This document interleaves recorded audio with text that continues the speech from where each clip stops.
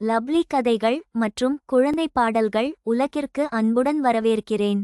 இப்போது நான் உங்களுக்கு மாயக் கதைகள், நல்ல பழக்கம் சொல்லும் கதைகள், கற்பனை கதைகள், சாகச கதைகள் சொல்லப் போகிறேன். வாருங்கள், மாயம், நல்லொழுக்கம், கற்பனை, சாகசம் நிறைந்த கதைகளின் உலகத்துக்கு போகலாம். அரசனும் அணிலும். ஒரு வனக்கதை. ஒரு காலத்தில் பசுமை வனத்தின் நடுவே மரங்களால் சூழப்பட்ட அழகிய ஒரு அரண்மனை இருந்தது. அந்த அரண்மனையைச் சேர்ந்த இளவரசன் ஒருநாள் வனத்துக்குள் விளையாடச் சென்றார்.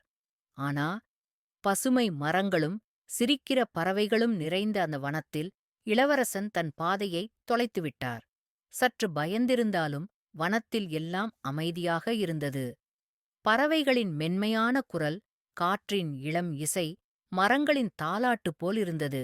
ஆனால் இளவரசன் தனியாக இருந்தார். அப்போது ஒரு சிறிய அணில் மெதுவாக ஓடி வந்தது. அது சிறியதுதான், ஆனால் அதன் மனது பெரியது.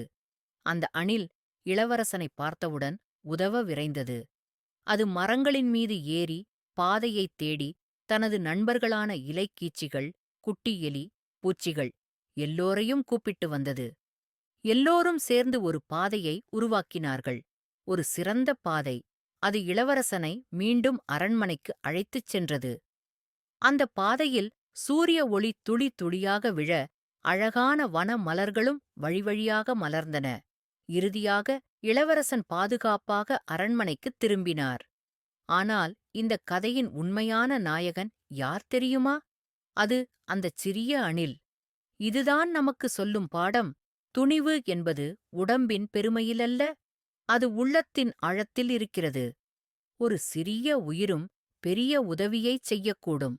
மரங்களும் விலங்குகளும் கூட நண்பர்களாக மாறக்கூடும். நாம் நம்பிக்கையுடன் இருந்தால்.